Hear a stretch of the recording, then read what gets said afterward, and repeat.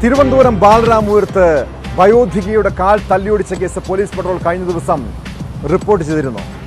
പുരുഷവേഷത്തിലെത്തിയ പ്രതിക്ക് വേണ്ടി പോലീസ് പലയിടങ്ങളിലും അന്വേഷണം വ്യാപിപ്പിച്ചു.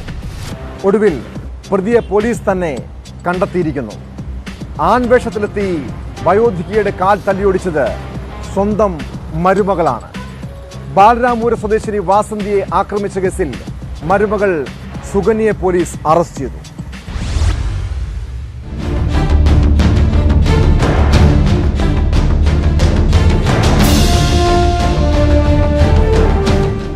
കഴിഞ്ഞ ചൊവ്വാഴ്ച പുലർച്ചെ സമീപത്തെ സൊസൈറ്റിയിലേക്ക് പാലുമായി പോകുമ്പോഴാണ് മുഖം മറച്ചെത്തിയയാൾ വാസന്തിയുടെ കാൽ കമ്പിപ്പാര ഉപയോഗിച്ച് അടിച്ചൊടിച്ചത്. പലതവണ മർദ്ദിച്ചതോടെ കാല് ഒടിഞ്ഞു തൂങ്ങി. വാസന്തിയുടെ നിലവിളി കേട്ട് നാട്ടുകാർ ഓടിയെത്തിയപ്പോഴേക്കും അക്രമി രക്ഷപ്പെട്ടു. ബാലരാമപുരം പോലീസിനെ ഏറെക്കുഴക്കിയ കേസിൽ ശാസ്ത്രീയ അന്വേഷണത്തിനൊടുവിലാണ് വാസന്തിയുടെ മരുമകൾ സുകന്യ പിടിയിലായത്.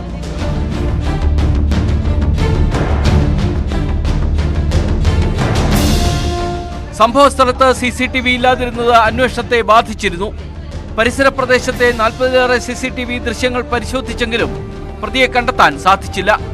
തുടർന്ന് പോലീസ് വിവിധ സംഘങ്ങളായി തിരിഞ്ഞ് 100-ലേറെ പേരെ ചോദ്യം ചെയ്തു. നിരവധി പേരുടെ മൊബൈൽ നമ്പറുകൾ കേന്ദ്രീകരിച്ച് അന്വേഷണം നടത്തിയെങ്കിലും യാതൊരു തുമ്പും കിട്ടിയില്ല. സുകന്യ ആൺവേഷത്തിലെത്തിയാണ് ആക്രമണം നടത്തിയത് എന്നതിനാൽ ആദ്യഘട്ടത്തിലൊന്നും ഇവർ സംശയിക്കപ്പെട്ടതേയില്ല. പുറത്തുള്ളയാളല്ല പ്രതി എന്ന സംശയം ബലപ്പെട്ടതോടെയാണ് അന്വേഷണത്തിൽ വഴിത്തിരിവുണ്ടായത്. ആക്രമണം നടന്ന സ്ഥലത്തിനടുത്തുള്ള പൊട്ടക്കിണറ്റിൽ നിന്ന് അക്രമി ഉപയോഗിച്ച കമ്പിപ്പാര ലഭിച്ചു. തുടർന്ന് നടത്തിയ അന്വേഷണമാണ് സുകന്യയിലേക്ക് എത്തിയത്. വാസന്തി പരിക്കേറ്റ് നിലവിളിച്ചപ്പോൾ അയൽവാസികളും മറ്റും ഓടിയെത്തിയെങ്കിലും സുകന്യ എത്താൻ വൈകിയത് പോലീസിൽ സംശയം ജനിപ്പിച്ചിരുന്നു.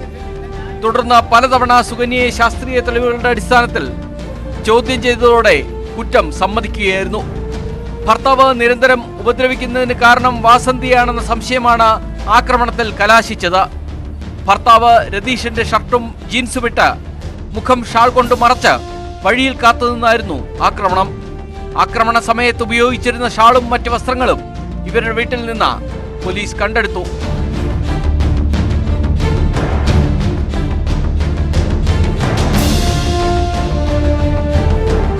ന്യൂസ് 18 നെയ്യാറ്റിൻകര.